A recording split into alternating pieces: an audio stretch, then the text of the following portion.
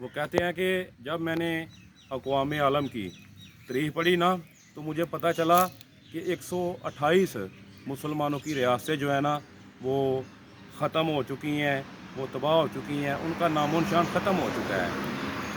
देखें ना कि अब्बासिया खिलाफत कितनी बड़ी खिलाफत थी।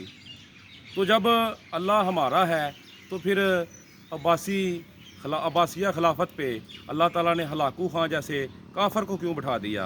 हस्पानिया, ये ग्रेट सल्तनत मुसलमानों की, उस पे फ़िरौनों को क्यों बिठा दिया।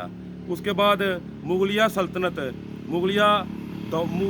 मुगलों की हुकूमत, वहाँ मुगलिया सल्तनत का ताज जो है वो मलका एलिज़ाबेथ उसके सर पे क्यों रख दिया। ऐसे ही बड़ी रियासतें जैसे Bulgaria, Hispania, Morocco, अलजायर, France, Poland, इन सब रियासतों पे, मुल्कों पे अल्लाह ताला ने मुसलमानों के आसार क्यों ख़त्म कर दिए। उसकी क्या वजह है। वो कहते हैं जब मैंने ये सारा कुछ देखा ना कि मुसलमानों के आसार ख़त्म हो गए हैं, तो मैं जो है ना वो परेशान हुआ। तो मेरा जो है ना दिमाग, ज़हन वो काम करना बंद कर दिया।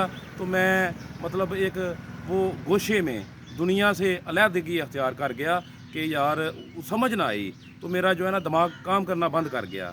तो मैंने सोचा कि मतलब वो समझ ना आया कि ये सब क्यों हो गया, वजह क्या बनी। तो फिर कहते हैं कि एक दिन ऐसा आया कि मेरा अचानक दिल किया तो मैंने कुरान पाक खोल लिया। जब मैंने कुरान पाक खोला ना, तो जब मैंने कुरान पढ़ा तो वो अल्लाह तवक्कल जो है ना वो आयत वो मेरे सामने आ गई कि क्या तुम नहीं जानते कि रब्बे कायनात ने तुमसे पहले जो कौमें आई उनको कितनी नेमतें बख्शी। उनके उनके खेतों पे कैसे छमाछम बारिशें बरसती थी और उनको अनाज मिलता था। उनको अल्लाह ने लंबी लंबी उम्रें अता की, बड़ी बड़े लंबे कद थे उनके, वो बीमार नहीं होते थे। नेमतें बख्शी उनको, जो बाग और सब्ज़े बख्शे, उनमें नहरें बहती थी।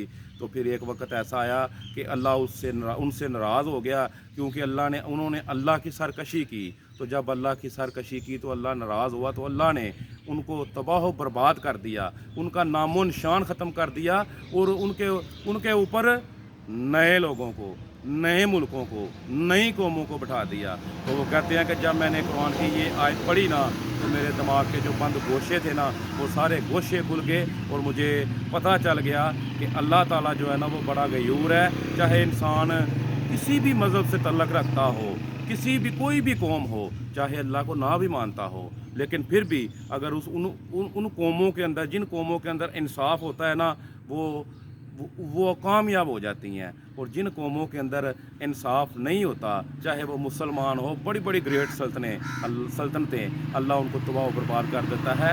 अल्लाह बड़ी बड़ी कई शानें बख्शता है अल्लाह, तो फिर उन शानों को छीन भी लेता है। अस्सलाम वालेकुम।